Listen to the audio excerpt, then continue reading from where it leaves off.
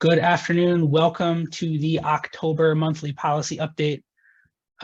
Folks are filtering into the virtual ballroom. We'll give you just a moment to gather before we get started.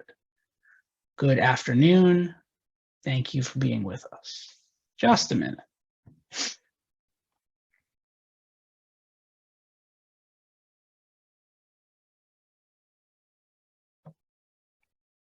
See, I can do magic tricks now with my new virtual background. That's all right. We'll work that into the programming for our next event.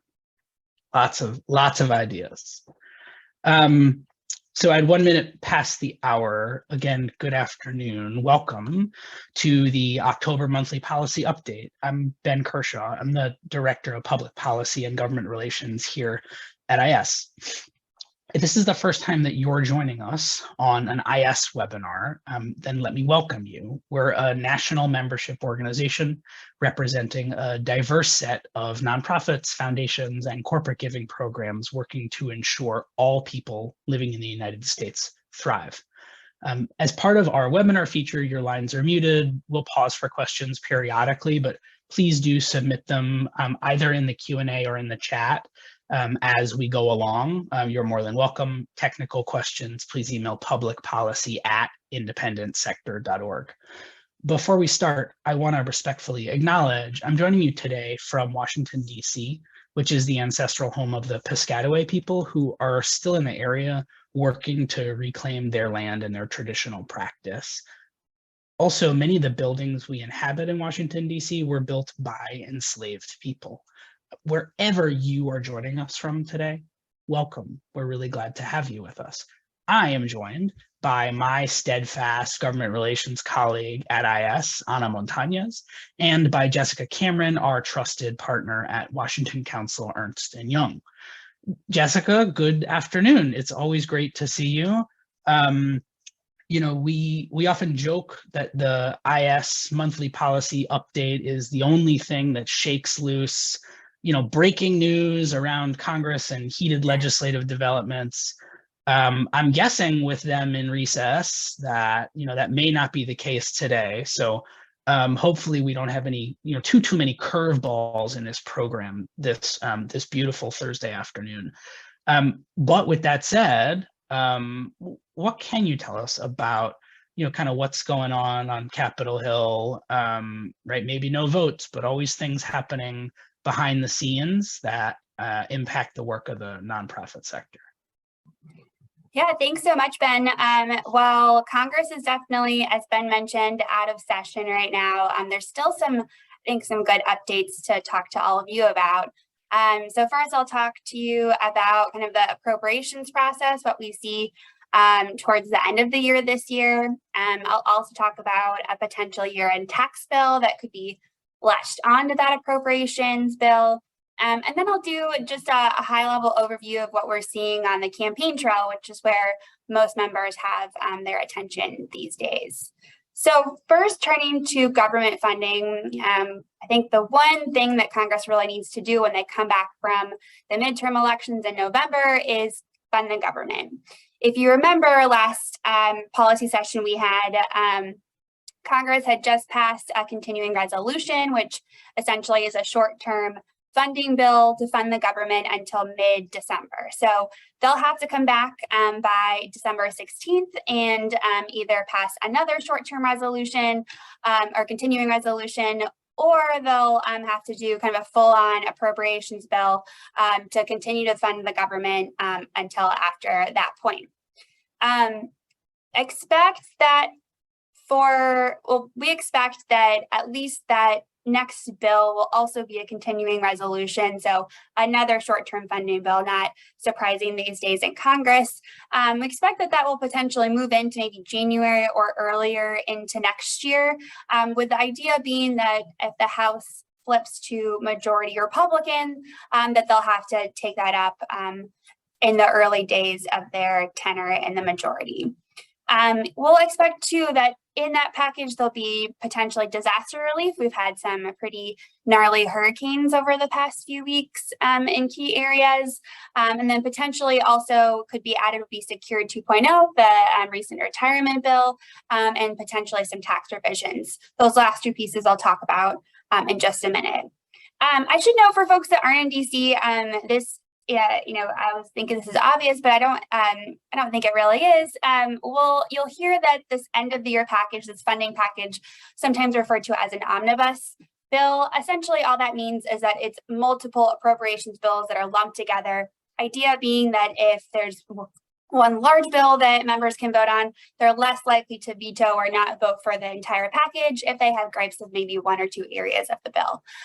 So it kind of allows everyone to move on and vote and do it in one sitting, as opposed to doing, the 10 or 12 appropriations bills that are usually outstanding at the end of the year. So stay tuned for that and kind of what that looks like. Next, I want to talk to you on a related note about a year-end tax bill. So I mentioned there's this omnibus bill that needs to fund the government. The idea being, and typically that Congress will, in addition to funding the government at the end of the year, will include some year-end tax provisions in that package. This is something that's typically bipartisan, so it's not on a partisan basis, like let's say the Inflation Reduction Act or TCJA. So it means that both sides have to agree, surprise, surprise, on a year-end bill. For the sector, I think there are a couple things to note that I know the independent sector is tracking and that others are also tracking, but certainly the extension and expansion of the universal charitable deduction bill. That is something that spearheaded by the late Congresswoman Walorski that's getting some attention. I should also note there are some expired provisions or that will expire at the end of the year that maybe don't affect the entire sector, but I know affect very important pieces of it. So for example, and these get very interesting, but one, for example, is the accelerated depreciation for business property on an Indian reservation. So that's one, for example. So very minute, kind of more niche areas, but certainly I know for some constituents or some constituencies, very important. So that's important to keep in mind. I get asked a lot about particular provisions, specifically the UCD, as well as some other ones of what's the likelihood of us getting an extension for the UCD, or what's the likelihood of us maybe repealing the taxability of Pell Grants, what have you. And my response is really that the bigger question, or the first question we need to ask this year, is whether there'll be a tax package at all. And why is that? So, Republicans, there are some provisions on the business side that maybe some of you don't keep track with, which I don't blame you, that have expired or about to expire that are important for the business community, namely the R&D deduction rather than amortization bill, something that was changed in the TCJA, as well as an interest deductibility piece as well, and some business expensing. So that's kind of the business side of things that potentially could get extended at the end of this year. Democrats, on the other hand, have made it clear that they want an extension of the current CTC or child tax credit benefits, which are, as you know, in one of the last COVID relief packages, was expanded and also made fully refundable or made refundable as part of those efforts.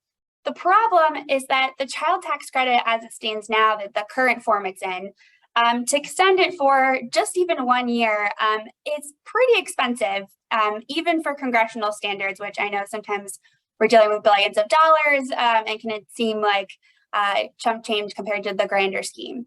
But in reality, for example, the CTC, if you expanded it in its current form, is about $185 billion for just 1 year. That's a lot of money. In contrast, the R&D provisions that folks have been looking at, it's about $4 billion to extend over 4 years. So, you can kind of see and compare and contrast the magnitude that we're seeing here. Democrats have been very firm that if a year-end package goes through with regards to tax provisions, that it really needs to have something in there for working families, which most people take to mean that it needs to be something that deals with the child tax credit.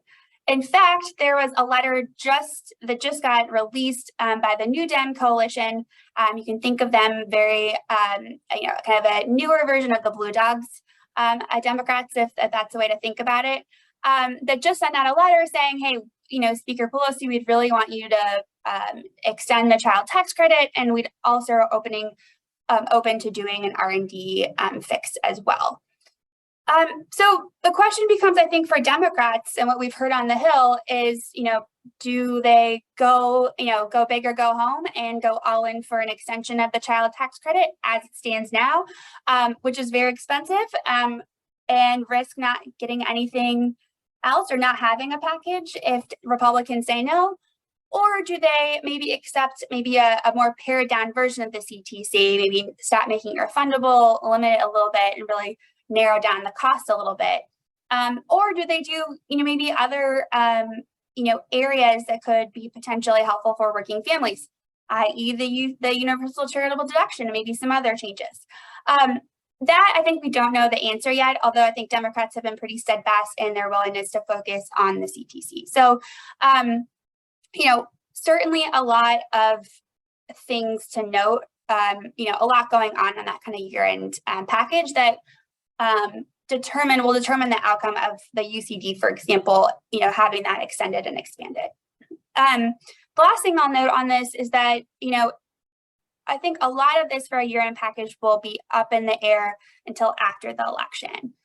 Why do I say that? Because, we really need to kind of see, and what we've heard from the Hill is that let's wait and see what the appetite is in members to really dig into a year-end package. It seems more likely than not that something may get done. I think the question is, what does that look like? And does that risk, do we risk not having anything if Democrats really are focused on the CTC provision? So stay tuned for that. And then finally, I'll say, with regards to year-end package, something else that the charitable sector has been focused on is the Secure 2.0 bill. These are the provisions. There's one bill passed by the House and one by the Senate. They're largely very similar in their provisions, kind of an ad hoc, or a hodgepodge of different retirement provisions that are included in these bills. Very similar, but some minor differences between the two of them. I should note that the bill includes the Legacy IRA Act, and also allows employees to receive matching contributions for repaying their student loans. Now we'll talk about more student loans later, but I wanted to also put that piece in there. I should say for the Secure 2.0 piece, which includes the Legacy IRA Act, I think we're seeing some positive headway as far as including this in an omnibus bill at the end of the year.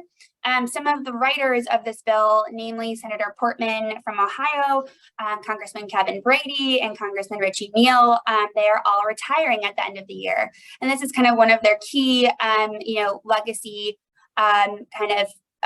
acts that they would really like to move on before they get out of town and get out of Congress. So I think that bodes well, but I think just like the year-end tax pieces, I think anything could happen at this point. The next thing I wanted to talk about was the midterm elections, and just kind of give an overview of what we're seeing. But before I do that, maybe I'll see if there are any questions on the legislative piece of what I just talked about. Thank you. Thank you, Jessica. Yeah, we very much appreciate that update. Please do feel free to submit questions about what you've heard or not heard on the legislative landscape through the Q&A function.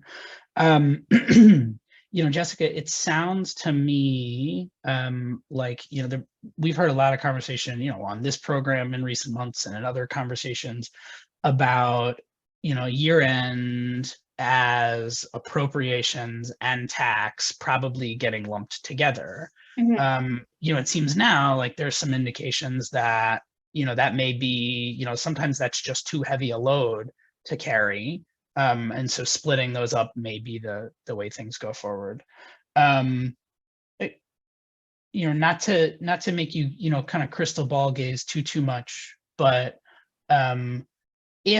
if appropriations is a 2023 conversation, and tax is a 2022 conversation, could smaller things like the retirement bill carrying our, a couple beloved provisions for us, and disaster relief, are those bound in either the tax or the approps context, or could they kind of go in either one?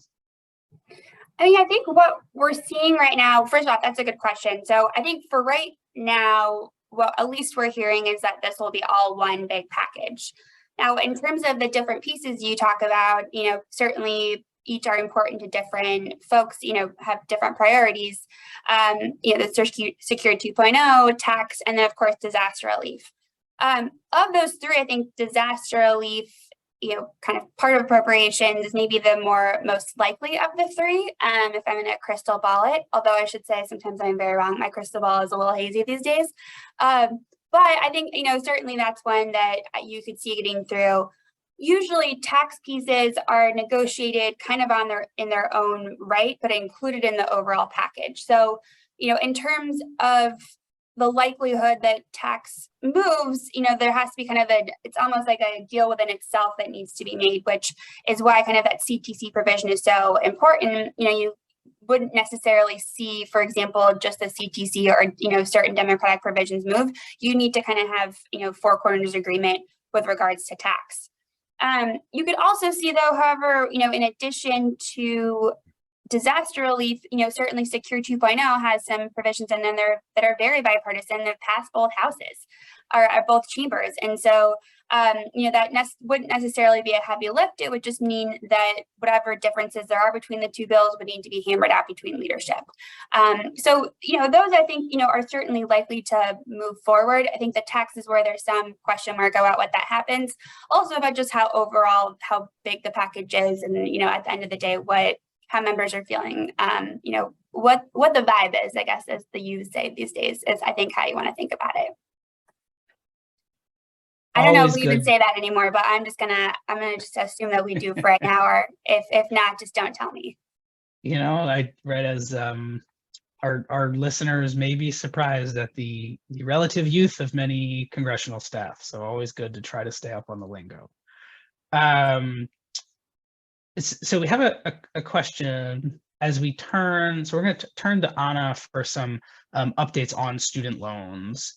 But before we do that, we have a question about the student loan provision Jessica mentioned in their retirement bill. Jessica, can you give us a little bit more info about that provision, the student loan provisions in Secure 2.0? Right. So, as you know, for a lot of employees, they're able to contribute to their retirement accounts, and employers will be usually able to match those contributions up to a certain limit. I know my employer does it, and a number of employers. It's very, a very popular thing as far as in the benefit space. The provision itself would allow employees to receive matching contributions when they're repaying their student loans. So rather than making contributions, they could still make contributions potentially to their retirement account, but if you also made contributions to your student loan payments, then you'd get matching contributions on the retirement side. So that the idea being that you're encouraging folks to save for retirement, even though a lot of the folks we know, especially young employees, have a hard time saving for retirement because they're paying off their student loans. So it's kind of a double win, if you will. I don't know what I think the likelihood of that provision in both chambers' bills, the likelihood of that is really tied up in the likelihood of the overall Secure 2.0 bill. So hopefully that answered your question as far as just kind of what that looks like. Thank you. Yeah, I mean, that's right. If it's in both bills, that's about as strong a position as it can be in. So we will stay tuned. But even better than getting matching contributions is not having to pay off your student loans in the first place. Anna, anything you can tell us about that? Sure, yes. So I have two updates related to loan or debt and debt forgiveness. The first one is that I'm sure that many of you saw that this month's President Biden's student loan forgiveness application opened. So borrowers are encouraged to apply for debt relief no later than December 31st of 2023. As you recall, in August, President Biden announced a plan that would bring student loan debt relief for borrowers. And under this plan, the Department of Education will provide up to $20,000 in debt cancellation to Pell Grant recipients with loans held by the Department of Education, and up to $10,000 in debt cancellation to non-Pell Grant recipients. Borrowers eligible for this relief are the ones that make individual income, their individual income is less than $125,000 or $250,000 if you file jointly. So there's also been some news regarding this, as many of you've seen as well. The U.S. Court of Appeals for the 8th Circuit actually issued a stay on the program. And of course, there's been several suits, that have been filed by several states. But regardless, all of that going on, borrowers can still apply for relief, and the government will continue on a continued basis be reviewing applications.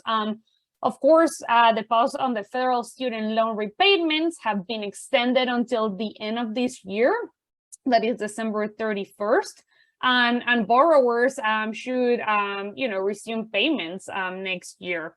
So those are some good news for several fellows who have student debt. But actually now I have an update that is probably more targeted to our nonprofit folks, and that has to do with the public service loan forgiveness waiver, which is actually expiring soon. So the limited public service loan forgiveness waiver that allows all payments by student borrowers to account towards public service loan forgiveness, regardless of the loan or their payment plan, is set to expire October 31st of 2022. So that's Monday. If you wanted to hear something spooky, this is it. You need to apply. So thousands of nonprofit employees can receive credits for past periods of repayment that would otherwise not qualify. So this is why it's so important that if you work for a nonprofit employer, you be making your payments, you need to sign up for this waiver. So another kind of like breaking news also, it's been that on Tuesday, the Department of Education announced that they're making permanently some of the changes that within the waiver, right? But for example, like defining what full-time employment is. Now full-time employment is defined as 30 hours per week.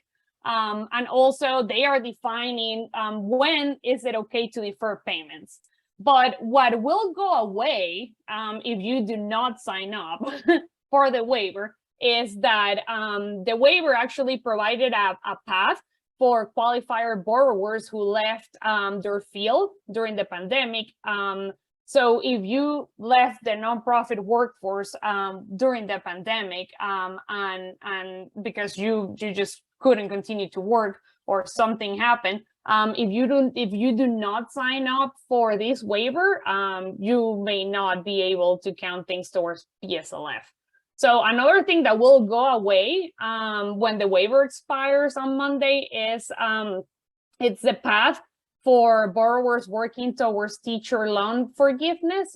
So under the limited waiver, borrowers are able to count time towards both TLF and PSLF, but after October 31st, that will no longer be the case. So tons of things going on. We have put in the chat some links that are very helpful, more specifically the PSLF help tool, where you can find the form and all the details on the Department of Education website. And now I'm going to stop to see if people have questions. Thank you, Anna. Lots to dig into there, and a lot of opportunities and a lot of nuances for folks to understand. As we give folks a minute for questions, I guess I would just emphasize that, right, people who join the Independent Sector Monthly Policy Update webinar. Hopefully this is not the first time you're hearing about this critical opportunity. And I think sometimes we can get lulled into thinking, you know, my God, we've been talking about this for months, right? We've all signed a bunch of letters to the president asking him to extend this deadline. We've received no indication that that's going to happen.